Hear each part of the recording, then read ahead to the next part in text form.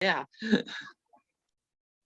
Okay, so tonight we're going to be sewing the underarm on the sleeve because we have the sleeves that we've finished the binding on. We have the body that we finished the binding on. Now we want to put the sleeves on the body. And then next week will be like all the finishing work. And then from there on, we'll do some kind of bonus fun things. So let's see, we'll start with the sharing of the screen here. And as usual, don't be shy, ask questions.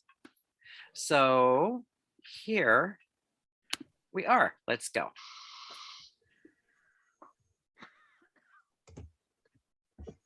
Now this is what a sleeve should look like when it is installed in lace.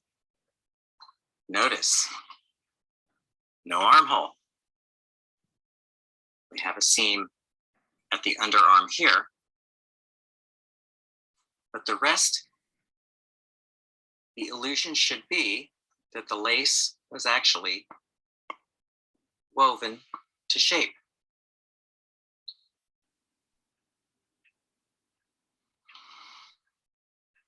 To begin, this is where you're really glad you marked which sleeve faces where. So that tells you that goes to the body. So what we want to do, we're going to be sewing the underarm of the sleeve to the body first. So that involves some marking, which I will show you. We begin by looking at the underarm seam. This is the underarm seam on the sleeve. So what you want to do, I have a needle threaded with some basting thread. So you want to measure 3 inches up on one side. Just make a little thread tag for reference.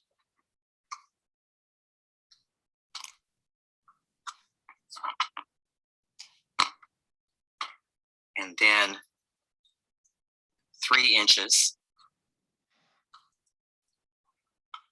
the other way.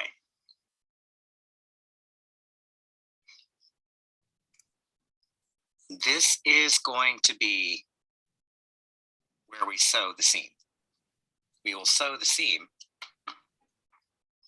First off, in a moment, we'll stay stitch from here to here. And then we'll do the same thing on the bodice. So now I will go and get the bodice, bring it here, and we'll mark that as well. Here is the bodice. Now you notice I'm using the ruler underneath so I don't sew through anything I don't wish to sew through. Again, this is the side seam, the thread tracing.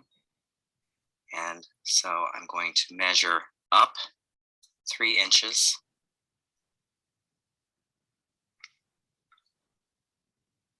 Here.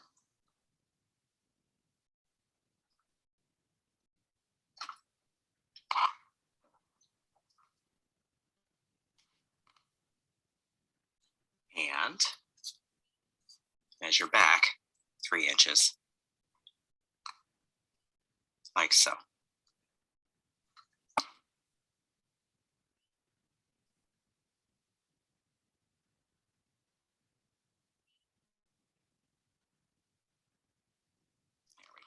we go. A little bit snarled, but okay. So you can see here and here. Those are our marks. Our next stop is going to be the sewing machine. I'm going to sew the sleeve first. Now, one thing to know, when you put everything under the machine, you want to make sure that all the tool is kind of out to your right. You don't want to sew through something. You don't want to catch all of this in the seam. And really, for the sleeve, you only need one row of machine stitching. When you're sewing, try not to catch your basting. It'll make it.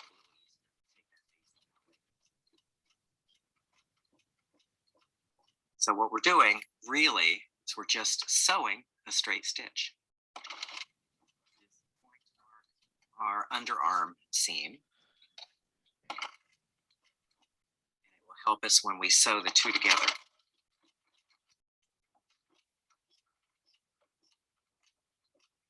What's the stitch length at this point? This is just a standard 2.5 stitch length. It's stay stitching, yes? Yes, that's correct. Okay. Thank you. There's no race here. You don't have to go fast. So.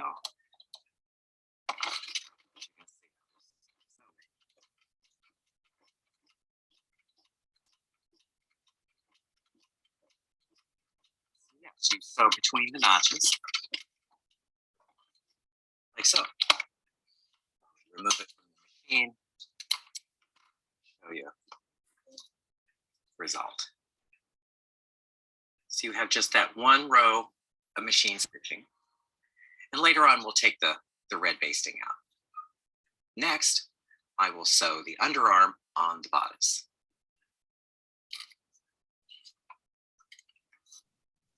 So again, like we did on the sleeve, you want to start on one of these matching notches. Now, something to know when you're sewing that like this, hold the thread. Otherwise, you're going to get a little bit of a bird's nest fabric. So again, yes. So, we have the firehouse a block away. It's such a so close by. Especially late at night.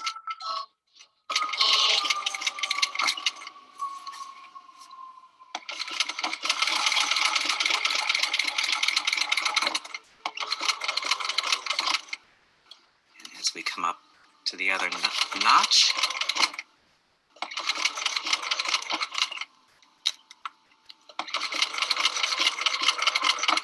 there we are. And again, I will show you the results.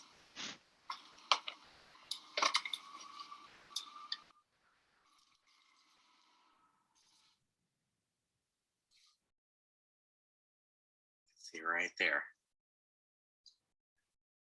From here, we're going to go back to the work table and pin the two together.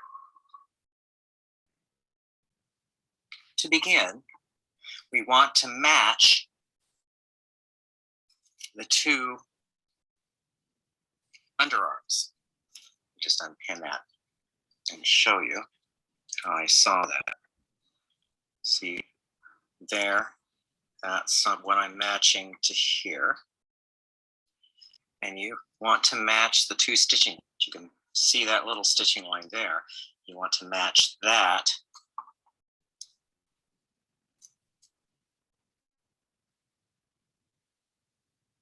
there we are. Just barely see it. I'm going to match the two stitching lines. There's the stitching line here.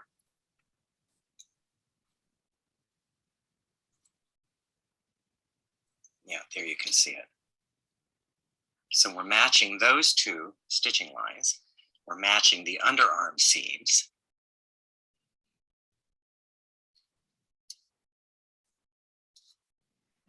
And then we match these two orange matching notches here.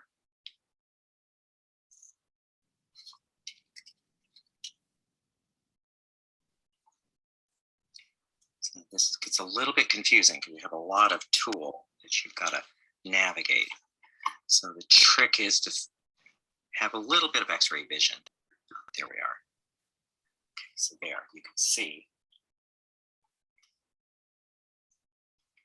matched those two right along that stitch. And I'm going to work backwards the other way.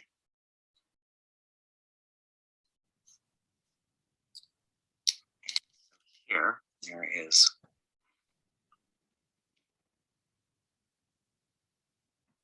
there's our stitching line there. And turn it here. There we go. So we have the two ends matched, and we have the underarm seam matched. So really the rest of this is just to pin the two stitching lines, one on top of the other. And that's just something you have to do by eye. So there we go.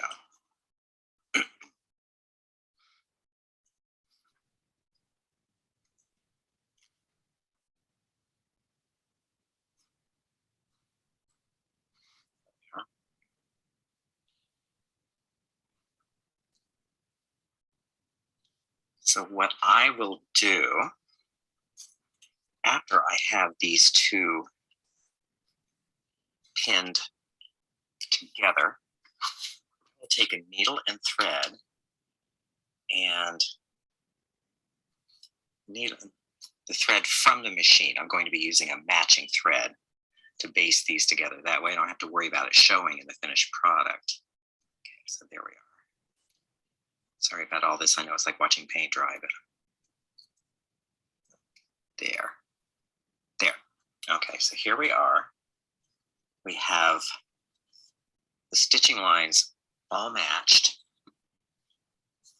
So what I will do off camera is I will come in with some gray thread that matches, and I will sew those two lines together, because what I can do then, once I get that sewn together, is I can get rid of some of this here, so it's a little easier to go through the machine.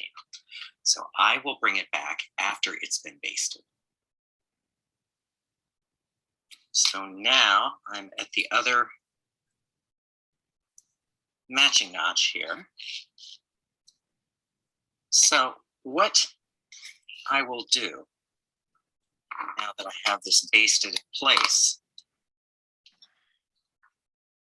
I'm going to go in and remove all of the red basting thread. I don't want to catch that in the seam if I can avoid it. So I'm going to take all of that out. I'm going to also trim out some of this here. So I will go off camera and do that and bring it back to show you. So here we are, as you can see. I still have these little thread markings in, which I can remove. So I've hand sewn all the way. Now, this cuts in about 3/4 of an inch. You don't want to cut right to there just yet on either end. We're now ready for the machine. So now it's a simple matter of sewing. Now you can see I put pins here so I know where this seam line begins and ends. It's just easy to see because I've taken the thread tacks out. And the stitch length on this is like 1.5, 1.75. You want a fairly short stitch to make it nice and strong. So what you're going to do is sew right on that stitching line that you prepared.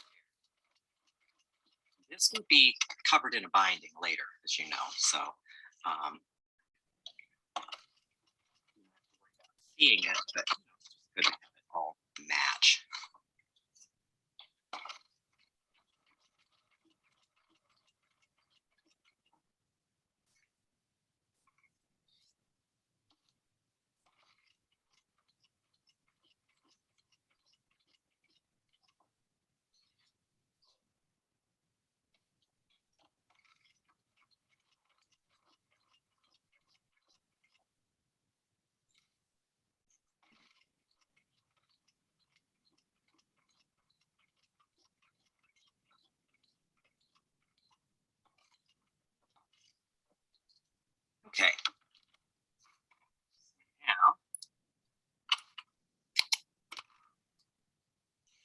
going to sew another row of stitching about 1/8 of an inch in from the first. Then I can trim close to that stitching later, but having 2 rows here kind of helps you to finish it. So you can use that to know where you begin your stitches. There we go.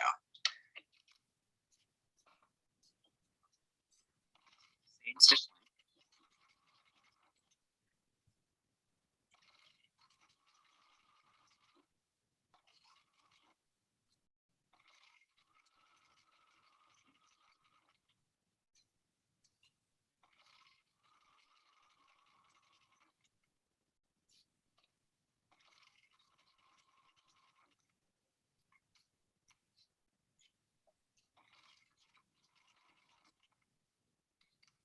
To finish right here.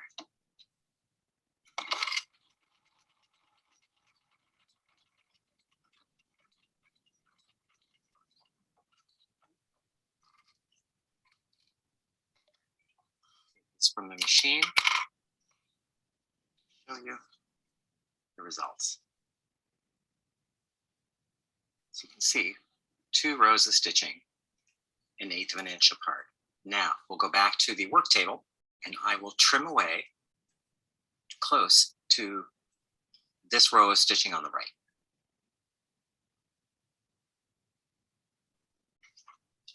So now there is the end of the stitching. I'm going to angle this in. You'll see why in a little bit, but don't cut 90 degrees too. And then I will find the other end, which is right there. And again, angle that stitching, or angle the cut a little bit in. From here, this is where we want to trim this seam allowance out. Oops, sorry.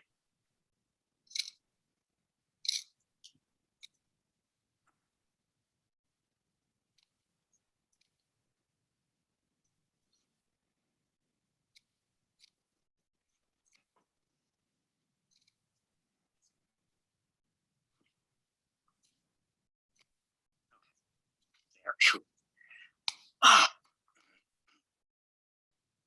So there we have the underarm set, ready for the next step. So this is going to give you a little overview of where we are at this stage.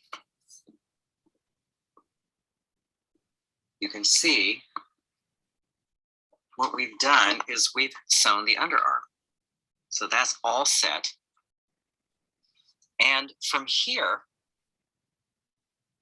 what we will do, like we did on all the other seams, is to overlap and overlap, and we're going to sew the applique like we did on all of the other seams on the body. So I'm not going to show you that because we've done that before. So actually, I do have one note here. Shoulder seam on the body matches the seam on the sleeve. So this here matches this. And then from there, you can work towards the underarm when you're matching and pinning and sewing. So the underarm matches and the shoulder matches. Okay, finishing up on the basting. So let me show you how this plays out for this particular sleeve, this particular lace. We started down here, and you can see it's coming up to the shoulder and then going down, and I'm going to cut across there.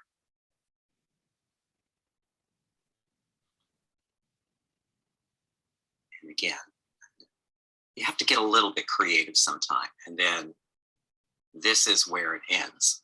So in this particular fabric, the sleeve lapped over the body.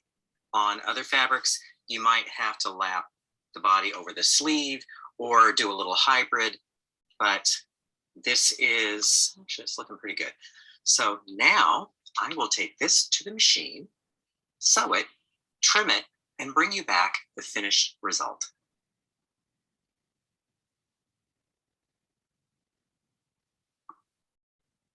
And here we are, the big reveal. So you can see here, we have the underarm seam right here. But above that, all the way up and over the shoulder, around to the back.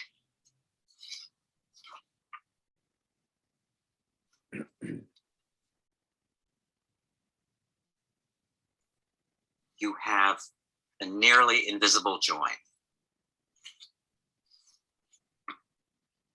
So this is how we install the sleeve. And the next stop is going to be finishing the underarm inside. But let's just look at that for another few moments, because I have to say I am very pleased with how it turned out. Okay.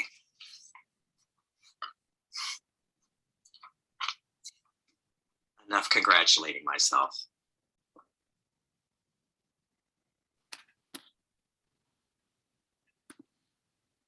Okay, so questions? Yes, Michelle. And you might have said it and I missed it. My internet's lagging a little tonight. When you did the shoulder part of the seam that goes over the shoulder, Yes. on the inside with the tool, I understand what you're doing with the lace. With the tool, did you just take the tool itself and sew them like you would a conventional shoulder seam? What happened to the tool there? I missed something. Well, if you remember how we applicated, the seams on the body, where the tool we treated the same as the lace. We're doing Okay. the same thing here. Okay, I kept thinking, wait, I missed the step. Where's the shoulder seam? No, wait, that would be way too difficult. So yeah. Okay. Yes. When I showed, that where, you have the armhole, shoulder, that you needed to see to make sure that all matched up. Right.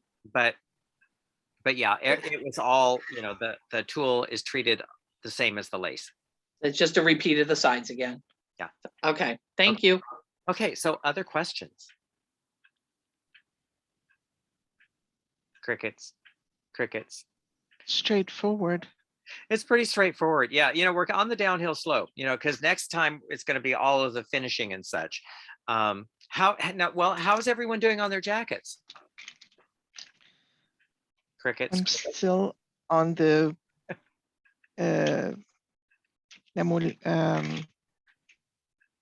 muslin. Okay, that's fair. You have plenty of time. Yeah. Actually, one thing that I would be interested in learning from you is the measurements that you deem necessary or useful to take as your stock, like the measurements that you use all the time to get any kind of a pattern to you. Oh, okay, yeah. Because see, That makes sense. no, that actually does make sense. The moulage, which is the foundation of the system that I draft. Actually, I was having this conversation with a young man in one of my classes today, because he wants to make corsets, evening corsets. And, it's all well and good if you have a dress form and you drape the pattern on the dress form. But when you actually have to deal with real figures, that's what they don't teach there. And I said, well, you need to start with the moulage. The moulage is, and I have a video, because, when I sell it as a PDF, it's like there's the PDF book and then there's the video of measurements. So I can show you that. it's, I want to say 20, 21 or 22 measurements of the figure. And some of them look pretty standard. Others look a little different because of this particular system. But whenever I have someone come in, these are the measurements I take. So that, yeah, that, I don't have that, one moment, let me see if I have that here, because I might have that. Let's see. I do. Oh, I do. It's a little teeny tiny video, but so yeah, so let me just run that for you all so you get to see it, because it's, it's just good to see. Let's see if I can make this a little larger here. So can everyone see? Yes? oh yes. Now, this is back when I had more hair, and this was in my studio in San Francisco. This lady, the very kind lady, her name is Laurel Spriggs. She was my downstairs neighbor at the time. And so she was kind enough to allow me to video this for her. So here we go. To begin measuring, place an elastic at the actual waist. Don't move it once you've placed it. Place another elastic below the waist. You will use this elastic to measure the half hip and full hip.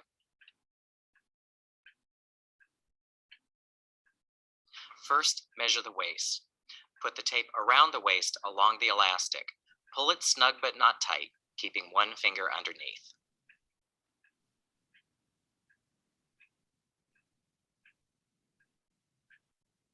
For the half hip measure, lower the second elastic to the level specified on page 22. Measure this distance down from the side, making the elastic roughly parallel to the floor. Now I'm going to comment on this for a moment. This is dependent on height. Up to 5'3" is 4.5 inches down. From 5'3" to 5'8" is 5 inches, and above 5'8" is 5.5 inches. That's a general rule. What I have also found is there's what I call the Eastern European figure, because the assumption in this system is that the waist is narrow, the fullest part of the hip is lower. And so, this generally is that 4.5, 5, or 5.5. There is a certain kind of figure where you have a high curve here. And so in those cases, I see this a lot, like I said, in Eastern European women. I would put this elastic at 3 inches down. So that's just, a little variation in my measuring when I'm measuring. Take the circumference as you would the waist and note both measurements.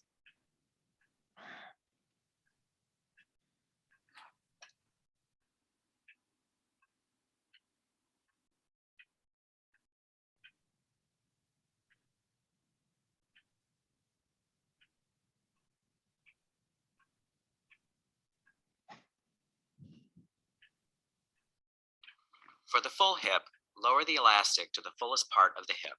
This is done by eye. Make the elastic parallel to the floor.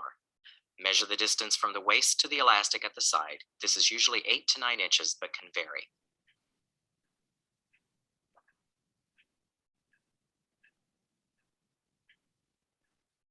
Take the circumference.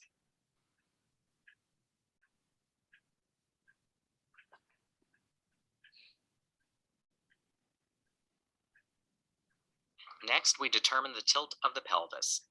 Measure front length to floor by putting the end of the tape at the center front on the waist. Draw the tape down to the floor, making it roughly perpendicular to the floor.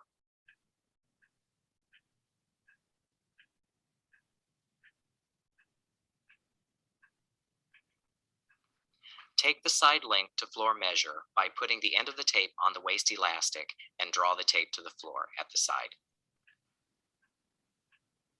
Measure back length to floor by putting the end of the tape on the elastic at center back and draw the tape to the floor.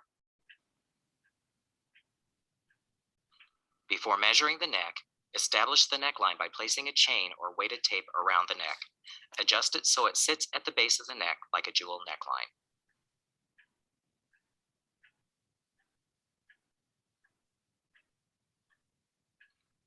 Measure the neck inside where the chain sits. The measure here should be snug, not loose.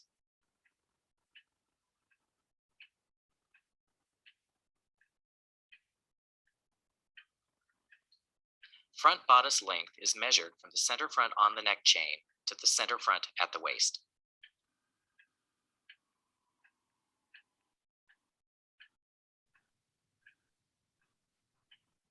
Back bodice length is measured from the center back on the neck chain to the center back waist.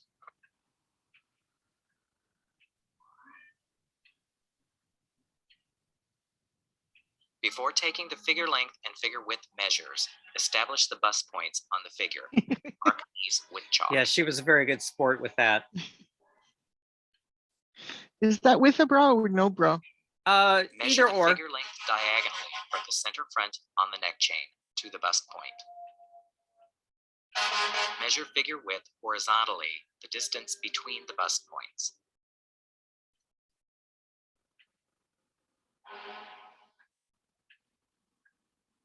Next, we measure cross front and cross back. This determines where the seams on the armholes will fall.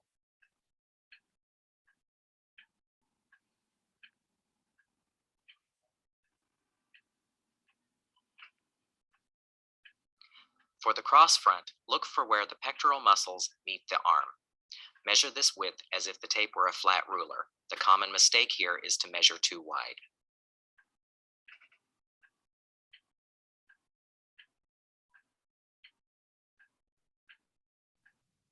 Measure the cross back between where the back muscles intersect the arms.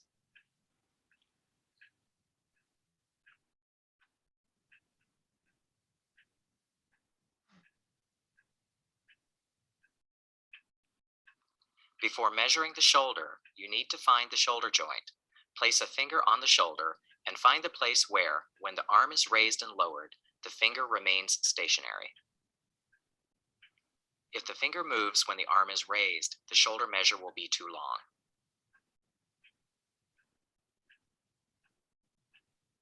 Find the shoulder joint and mark with chalk. Measure the shoulder length from the neck chain to the mark. Most women are 4.5 inches.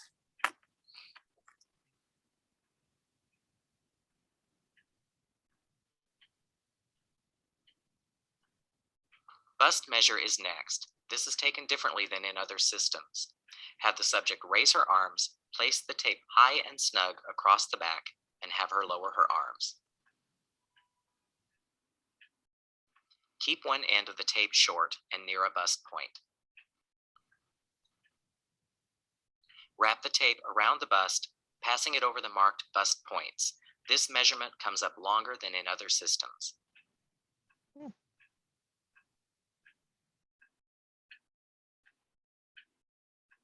Note how the tape angles towards the bust points.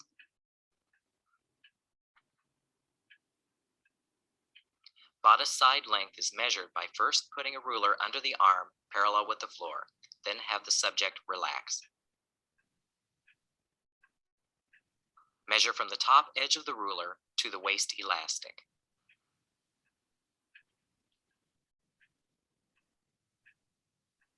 Measure the armhole circumference, making the tape pass over the shoulder mark. It should be snug but not uncomfortable.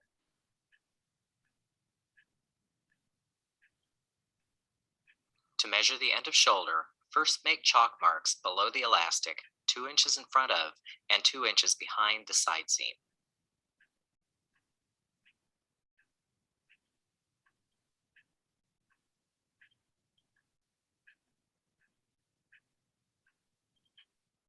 Put the end of the tape on the elastic on the front mark. Pull the tape to the shoulder mark and hold the tape. Then pull the tape down to the back mark on the elastic.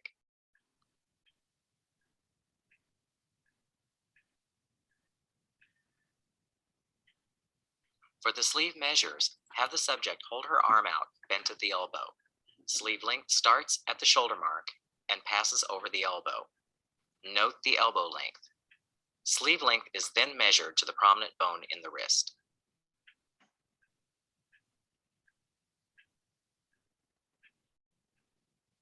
Measure the bicep over the fullest part of the bicep.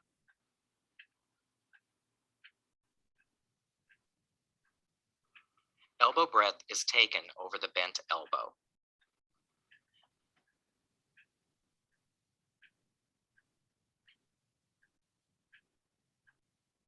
The wrist measure is taken over the prominent bone in the wrist.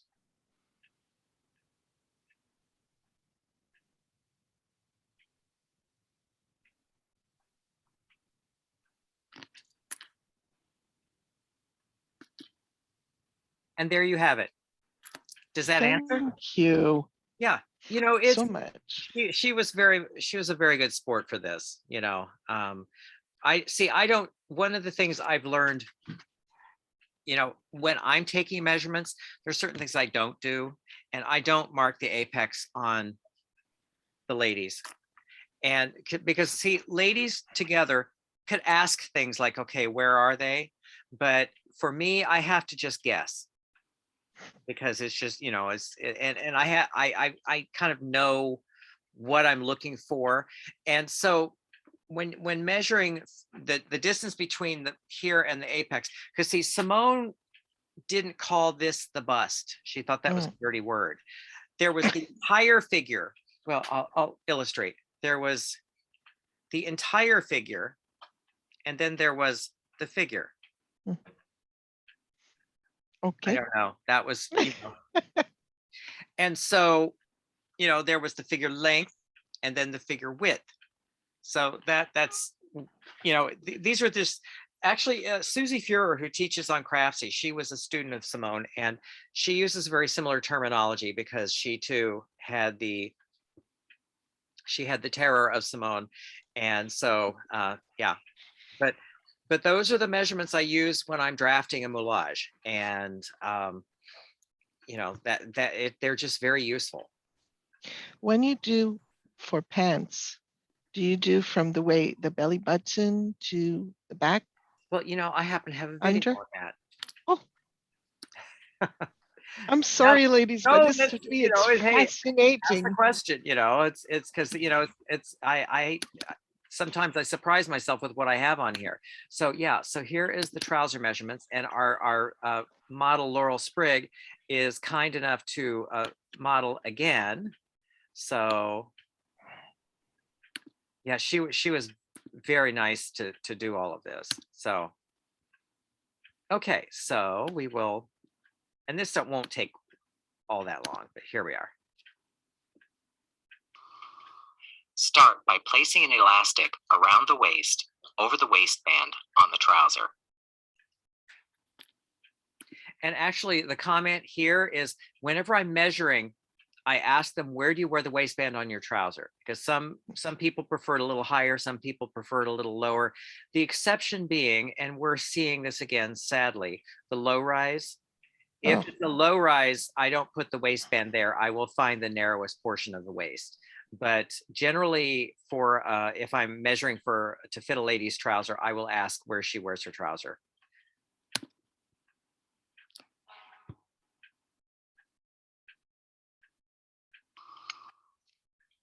Measure the waist circumference.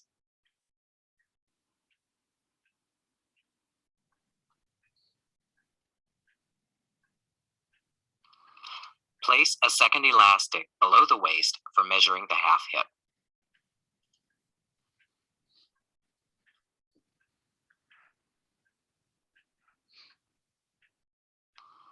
Position this elastic down from the waist, the distances stated in page 10 in the text.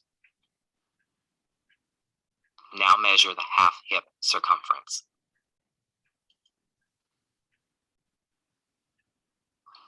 Lower the second elastic down to the fullest part of the hip.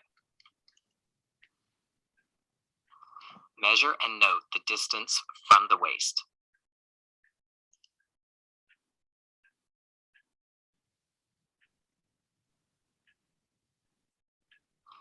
Now measure the full hip circumference.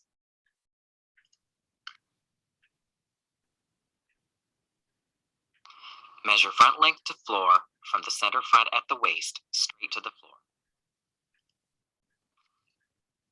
Measure the outseam from the side waist to the floor. Measure back length to floor from the center back at the waist to the floor. To measure the inseam, first have the subject hold the end of the tape at the crotch. Measure down the inside of the leg to the floor.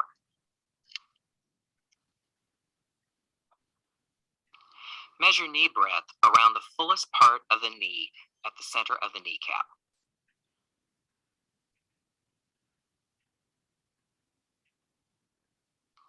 Measure knee height from the center of the kneecap to the floor.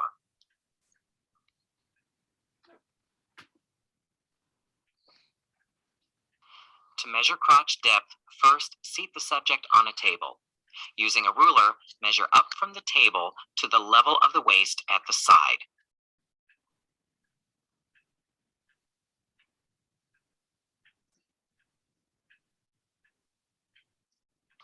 To measure the crotch all around, first pass the tape measure between the subject's legs.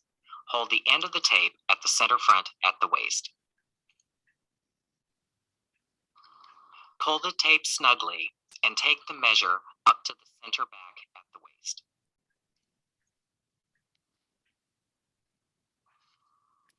Many kind thanks to our model, Laurel Sprigg.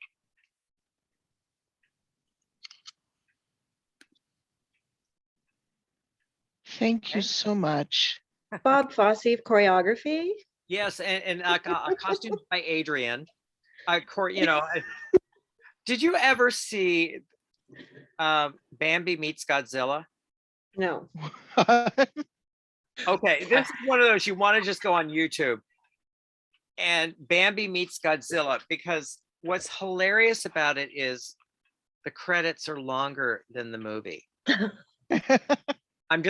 just have to see it because it's hilarious. But choreography by, acting coach. Yeah, I mean, they just goes on and on and on and on and on and on for that particular. It's a short film. It's an animated short, but yes, it's hilarious. Okay, so other questions? I'm in heaven. Glad. I know what I'm doing this weekend. I think I'm redoing completely the pattern because I'm going to take all of those. Well, you see, now that, because we're recording this, you can just run the recording and you can have someone help. Did you see that? Because, this is when I started publishing the PDF books. My first book, which was called Designer Techniques, I hated the title. I hated the cover. I could go on and on, but I won't. It went out of print because I forced it out of print. And so a very long story, but then, after I bought all the remainder copies and sold all the remainder copies, people were asking, how can I get the book? And I was thinking of actually like printing it again, but I had a student who said, well, why don't you just put it on PDF? And of course, I didn't know what that meant. But as it turns out, when it was forced out of print, they sent me the disc with all of the information to put, to do the book. And this student said, I'll format it for you. And that was my first PDF book. And so the moulage was actually the first one that I generated on my own. And graphically, it's not beautiful, but it was in June of 2002. And 9/11 sort of impacted me a little. It was a delayed response. And it was the first time in my business that I had nothing on the calendar for a month. And so I sat myself down and I said, okay, you can do one of two things. You can either panic or you can do something that's going to generate income in the future. And so I had to just grit my teeth because I didn't really want to learn this stuff. But I said to myself, okay, if I have to pay someone else to do this, I don't get to keep all the money. So I taught myself how to, run Quark, and I found my illustrations are in Photoshop, which is kind of embarrassing, but it's what I knew. And so see, there you have it. And so, but you see what the beautiful thing about a PDF is with a physical book, you're limited by the physical structure of the book. It goes together in, I want to say 16-page increments called signatures. And so, it has to be either this many pages or 16 more. And then there are the budgets for illustrations and photography. And so when I realized that I can have as many illustrations as I want. It's just me making the illustrations. And I can have as many pages as I want because I'm not limited by the physical structure of a book. So I did the moulage and the basic sleeve, and that was in June of 2002, and they're still paying off. You know, people still buy them, which is kind of cool. So this whole, doing these videos, I had to remind myself that, okay, you've been here before where there was no money coming, right? So what you just need to do is just man up and set up your lights and set up your camera and get to work, and eventually you'll have something that you can sell. So that's where the PDF books came from. Well, from me, this course is thanks God, because I would never have been able to go in New York for an extended time to take a course with you. Whereas this, it's perfect. Well, that's one. I think that's why this is going to continue to be a component of my business, because there are a lot of people that they're in they're kind of far flung. There's in the coat class, there is a gal from Australia. There are people, Canada, and you can't commute to New York once a week, and yeah, and it is a hike and it is an expense. You have to pay for the class, and you have to pay for the hotel and the airplane and the food and everything, and it does run into some money. So while I would love to see you all in person, this is the next best thing. So it's we have to take our silver linings where we can, and so yeah. I've been Really- grabbing onto this. Go ahead, Michelle. I'm sorry, I was gonna say, I've been grabbing onto this one with both hands, because I didn't expect, I've been trying for several years to take anybody's jacket class. And I call you guys the triumvirate. There's Susan, you, and Linda. Yeah. And I got into Susan's because she did a Facebook group, and it was kind of a COVID, we'll do a sew along with the jacket because everybody was home. Yeah. And I moved 2 times during that class sew along. So I'm still working on mine, and I'm in good company. By the time she gets done with the next project, they'll do the matching skirt. So yay me. Yeah. But then literally yours and Linda's fell in my lap within the same week. Mm-hmm. And so I went from dying for a class for 2 years to suddenly I'm up to my ears in jacket, and happily, I'm not complaining in the least, but I've got jacket tailoring now on the books. I'll be the next year doing nothing but finishing my jackets and getting everything set up, and I'm fine with it. I'm learning a ton. Well, that's But good. I couldn't hang out for a week in New York. I'm on disability. That just would have been beyond my means. And so this is like, I never would have got to take this class. This is awesome. So thank you. So what I would say is, because I'm looking at, because I think it'll be summer hiatus as far as Zoom classes, because there are other things happening. But I'm always interested in hearing what you all would like to take next. I think the next step, because I have to do it for Mulberry Silks in May, is the unlined or the half line jacket with the shawl lapel. That's going to be the next one. And so like the trouser class, some of you are in the trouser class, and so that started because Riley said we want a trouser construction class. We don't want to do fitting or anything, we just want construction. So I figured, well, while I'm pulling it together, why don't I just make the video? Then I have the video, and I had to throw to get the rounded out, I had to kind of add some other pieces, but it's all said and done, it's like great. So other people who can't afford to go to Tacoma to take the trouser construction class can take the trouser construction. So I think the half line jacket is going to be the next one, but always interested in hearing what, because see, I'm like Linda Maynard in this. I think I told you the story about Linda Maynard's first book, because the Quarto, I did a bead embroidery book for Quarto, and they said, are there any other books you want to do? And I said, I'd really like to redo designer techniques, because I really just hated the cover. It was terrible. And they said, oh, we don't do that kind of books. Okay, great. So Creative Publishing approached me, and we did Cool Couture, and the photo on the cover of Cool Couture was the one I wanted on the other book. And so, so when we got that done, then Quarto came around and said, oh, that book, we'd like you to write a book on couture techniques. And so I sent her the link on Amazon, and I said, just so you know what you're up against. And so I said, I know as someone who would write an excellent book, and it would not be overlapping information. It would be stuff we would add to the body of knowledge. You're going to call Linda Maynard. So then I called Linda, and I said, you're going to be hearing from this woman. She wants you to write a book on techniques. And she said, but Kenneth, what would I write about? I'm like, really? And I said, you're going to do it. And if you ask her, she'll tell you. I tell her to do something, and there are times it takes, I have to, sometimes kind of keep nudging a little bit, but eventually she does it. But she doesn't resist as much anymore. But I nudged her for about 2 or 3 weeks. I'm like, you're gonna do it. You're gonna do it. You're gonna do it. You're going to do it. She did it. And it's been translated, I want to say, at least into 2 other languages. So she's done very well with it. So it just makes me happy.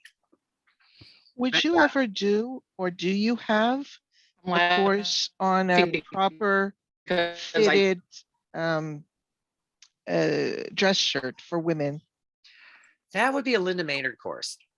Okay. She would have more insight onto that than I would. She also is very good with knits. She's working on a knit sloper based on the moulage. And I, and this is one of those, because her Demystifying Fit PDF book, if you don't have it, it's an excellent book. I arm twisted her into doing that. And there are 628 photographs. And you know how I know that? I photoshopped every last one of them.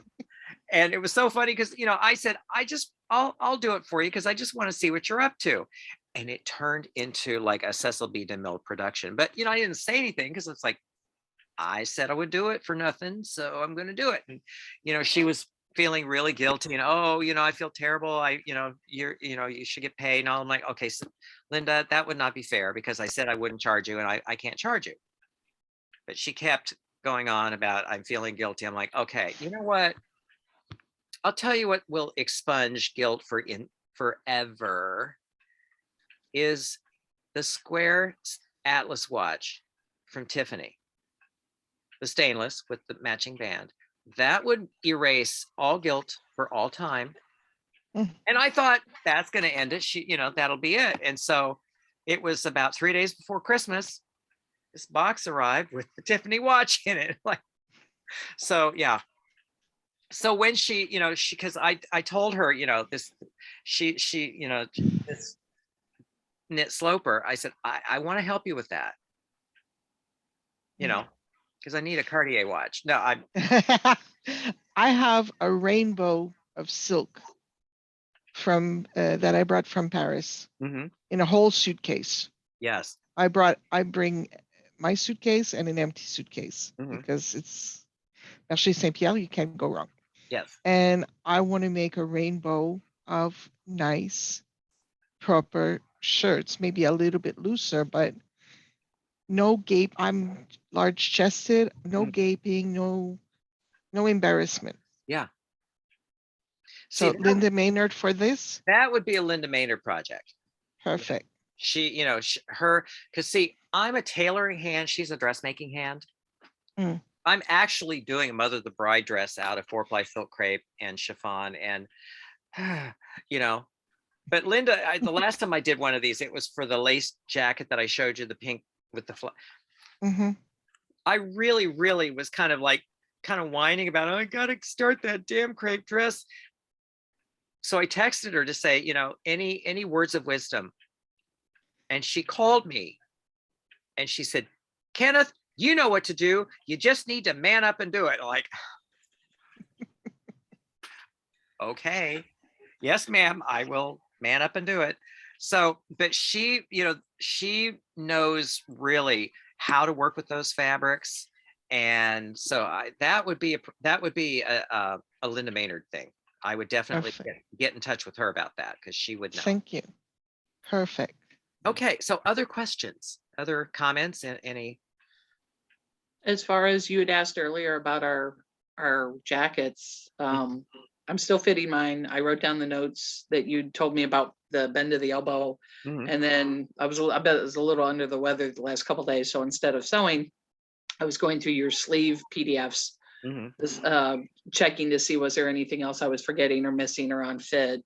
mhm. And hopefully by this weekend I'll be able to finish that. And then I think I'd be done, except I'm going to redo it. One, it'll be neater before you see it. Two, I am concerned that by the time I've got everything where I want it, it fits in the front, but it feels like it's overfitted. Like everything's together, but man, if I belch from a soda, who knows what could happen.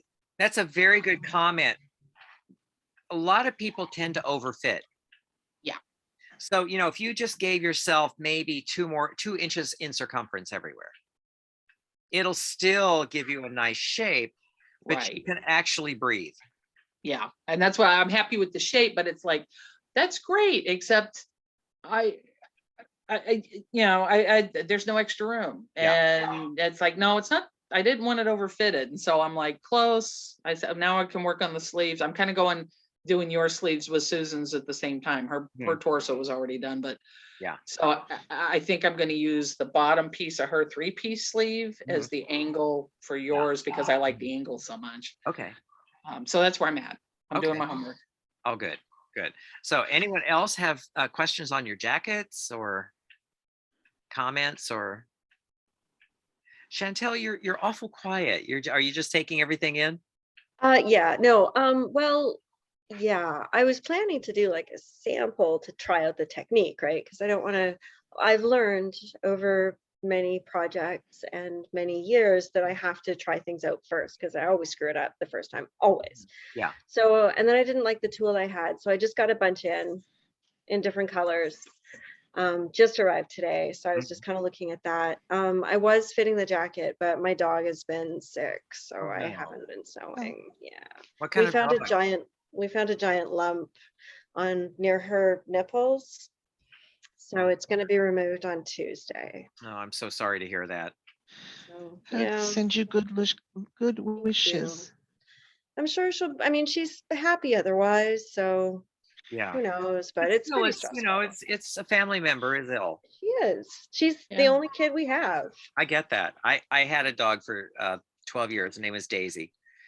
She was a Aw. great dog. Yeah. And I think I cried more when she died than when my mother died. Yeah. I mean, Yeah. I went I to bed know. for a week. I mean, I was just bereft. It was terrible. But God, Yeah. she was, and see, I always say she was the perfect dog, but every dog is the perfect dog. They're all good And dogs. see, everyone thinks their dog is the perfect dog, and this is the one time where we can all be right. We're all right. Yes. Yes. Yes. My So, husband has this thing. Of course, we have Marvin, the blind cat, but he kind of he looks at bull terriers on Instagram, and I think they're so cute and so silly. goofy looking. But I said to him, honey, you could never have good furniture, because there are the videos of them like taking apart the sofa. And I was just like, I don't know what I would do if I came home and the dog had like torn the sofa apart. I think I would just, because see, Daisy knew which furniture she was allowed on. Mm-hmm. And They'll learn. I yeah. mean, And yeah. it was because I had in my apartment in San Francisco, I had what I call the grown-up furniture in the living room. I had a very, very posh mohair velvet sofa that I had spent a lot of money on. She if she wanted to get my attention, she would run over and she'd like crouch down like she was, and then she'd look at me like, I'm gonna do it. But she knew not to. And Yeah. there was furniture she was allowed on. There was furniture she knew that no, can't do that. Yeah. So cats are not that way. Cats go wherever they want. Yes. And Marvin, the blind cat, who's settling down now, he's past the kitten stage. I made, because Andrew has this armchair that had this big kind of tarp that, you know, that arty thing where they have to tie the ties and it's all, I hated it. I hated it. But, you know, I thought, okay, it's his house. It's his, Yeah. just don't come in and start decorating his house. And then one day Marvin tore a gigantic hole in it. I was so thrilled. And I said, I can make a slip cover that fits that piece of furniture.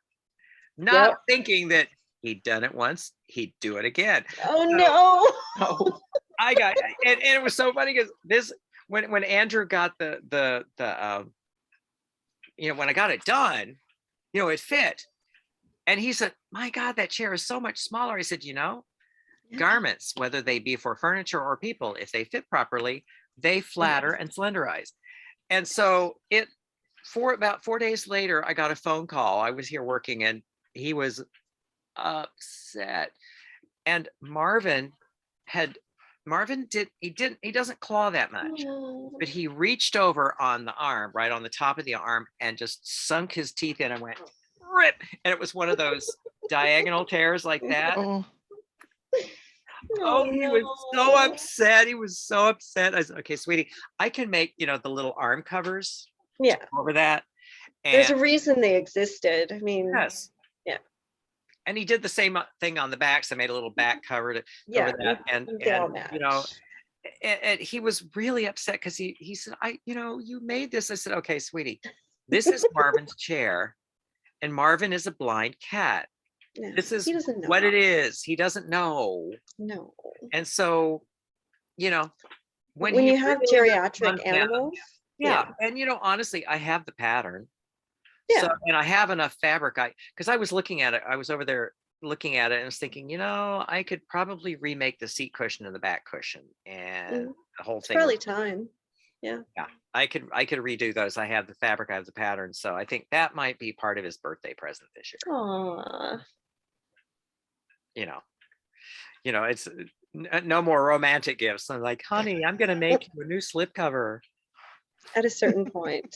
Yeah. It's great. Okay, ladies, I if there are no other questions, I think our work is done. Let's see, did I, yeah, let me stop the recording here.